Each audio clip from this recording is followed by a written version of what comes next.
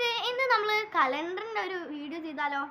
നമുക്ക് മൂന്നാം ക്ലാസ്സുകാർക്ക് എപ്പോഴും വരുന്ന ഒരു ക്വസ്റ്റ്യൻ ആണ് മാത്സിൽ കലണ്ടർ തരാൻ. കലണ്ടറിൽ ചില സംഖ്യകൾ ഇതാക്കി നിൽക്കും. അപ്പോൾ നമുക്ക് അതേപോലത്തുള്ള എക്സാമ്പിൾസ് ആണ് നമ്മളിവിടെ തന്നിരിക്കുന്നത്. ഓക്കെ, ഇവിടെ ഇതിപ്പോൾ ഒരു ശനിയാഴ്ച എന്ന് വിചാരിക്കുക. അപ്പോൾ ശനിയാഴ്ച അടുത്ത ശനിയാഴ്ച ആണെങ്കിൽ 7 ആയിരിക്കും. അപ്പോൾ നമ്മൾ കലണ്ടർ കൊട്ടുമ്പോൾ നമ്മൾ വിചാരിക്കേണ്ട ഒരു കാര്യമാണ് 7 നമ്മളെ മനസ്സിലുണ്ടാവേണ്ടത് സംഖ്യ. ഏതാണ്? 7 നമുക്ക് വേണ്ടത്. 7 കൊണ്ട് ഒരു കളിയാണ് കലണ്ടർ. ഓക്കെ, അപ്പം 7 കൂട്ടിയാൽ എത്രയാണ്? 12. പിന്നെ അതിൽ നിന്ന് 1 കൂട്ടുകയും പിന്നെ അവിടെ 1 കുറയ്ക്കുകയും ചെയ്താൽ മതി. ഇവിടെ അങ്ങനെ തന്നെയല്ലേ, 1 കൂട്ടുകയും 1 കുറയ്ക്കുകയും ചെയ്യാം. എന്നതിന് ശേഷം അടുത്തത് 3 ഉണ്ട് ഇവിടെ അല്ലേ. 3 മാത്രം തന്നെയുണ്ട്. അപ്പോൾ നമ്മൾ എന്ത് ചെയ്യുക? അടുത്തത് എന്തായാലും നമുക്ക് 4 ആയിരിക്കും അല്ലേ. അപ്പോൾ ഇനി ഇവിടെ എന്തായിരിക്കും? 7 കൂട്ടിയാൽ 10 ആയിരിക്കും. പിന്നെ 10നോട് 1 കൂട്ടിയാൽ മതി, 11. പിന്നെ അപ്പോൾ ഇതിനെയും 7 കൂട്ടാം. അപ്പോൾ 7 കൂട്ടുമ്പോൾ എന്താണ് കിട്ടുക? 11നോട് 7 കൂട്ടിയാൽ നമ്മൾ എന്താ പറയുക? യെസ്, 18 കിട്ടുക. 18നോട് 1 കൂട്ടിയാൽ 19. ഇതല്ലേ നമ്മൾ ഈ കണക്ക്. അപ്പോൾ ഇത് എല്ലാവർക്കും മനസ്സിലായോ? ഇനി നമുക്ക് ഇതിൻ്റെ താഴെ ഇത് കുറച്ച് ടഫ് കണക്കാണ്. ഇതിൽ നമുക്ക് കുറയ്ക്കൽ അറിയാൽ മാത്രമേ നമുക്ക് ഇത് ചെയ്യാൻ പറ്റുള്ളൂ കേട്ടോ. കുറയ്ക്കൽ തെറ്റിയാൽ പിന്നെ എല്ലാം പോയി. ഓക്കെ, ആദ്യം തന്നെ ഇതിലെന്താണ്? 30 തന്നിട്ടുണ്ട്. അപ്പോൾ അടുത്ത് എന്തായിരിക്കും? 31 ആയിരിക്കും. പിന്നെ അതിൻ്റെ മുകളിൽ എന്തായിരിക്കും? 31നോട് 7 കുറച്ചാൽ 24. അപ്പോൾ ഇവിടെ 23 ആയിരിക്കും അല്ലേ. 1 കുറച്ചാൽ പോരെ.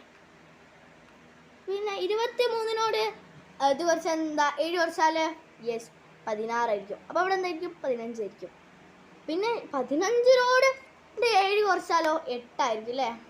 അപ്പോൾ ഇവിടെ എന്തായാലും ഇവിടെ 9 ആയിരിക്കും. എല്ലാവർക്കും മനസ്സിലാകുന്നുണ്ടല്ലോ? ഇത് കുറയ്ക്കാനുള്ള കണക്കാണ്. ഇനി അടുത്തത് ഇതാണ്. ഇതൊന്നും നിങ്ങൾക്ക് തന്നിട്ടില്ല കേട്ടോ. ഇത് രണ്ടെണ്ണം ഞാൻ എഴുതിയിട്ടുണ്ട്, പക്ഷെ തന്നിട്ടില്ല. അപ്പോൾ ഇവിടെ ഞാൻ എന്തായാലും ഇത് നന്നായിട്ടുണ്ട്. 10 ഇവിടെ ആയിരിക്കും, 12 ഇവിടെ ആയിരിക്കും. അത് നമ്മൾ ആദ്യം ഇവിടെയൊക്കെ പറഞ്ഞൊരു കാര്യമാണ്. ഓക്കെ, ഇനി അതിൻ്റെ മുകളിലത്തെ എങ്ങനെ കണ്ടുപിടിക്കും? യെസ്, ഇതിനോട് 7 കൂട്ടിയാൽ മുകളിലത്തെ കിട്ടും. അപ്പം 11നോട് 7 കുറച്ചാൽ എന്താ കിട്ടുക? അപ്പം 11നോട് 7 കുറച്ചാൽ 4 കിട്ടും. 11നോട് 7 കുറച്ചാൽ 4 കിട്ടും. അപ്പോൾ അവിടെ 4. പിന്നെ ഇവിടെ നമുക്ക് എന്താ ചെയ്യാം? 18നോട് 1 കുറച്ചാൽ 17 അല്ലേ. പിന്നെ ഇവിടെ 1 കൂട്ടിയാൽ പോരെ. അപ്പം ഇവിടെ 19.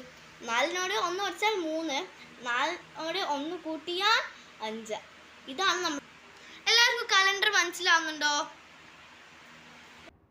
ഇതിൽ വേറെ ടൈപ്പിലൊക്കെ വരും, എന്നാലും ഇത് നിർബന്ധമാണ്. ഇതെന്തായാലും നിങ്ങൾ പഠിച്ചു വെക്കുക. കാര്യം ഇത് നമുക്ക് ഫുള്ളായിട്ട് ആവശ്യം വരുന്ന ഒരു ക്വസ്റ്റ്യൻ ആണ്. അപ്പം എല്ലാവരും ഇതൊക്കെ പഠിച്ച് ഇതിനേക്ക് റെഡി ആയിരിക്കുമല്ലോ. എല്ലാവരും ഓണപരീക്ഷയ്ക്ക് ഫുൾ മാർക്ക് വാങ്ങുക. എല്ലാവർക്കും ഇത് മനസ്സിലായോ? എൻ്റെ ക്ലാസ് ഇഷ്ടപ്പെട്ടെങ്കിൽ എല്ലാവർക്കും നന്ദി.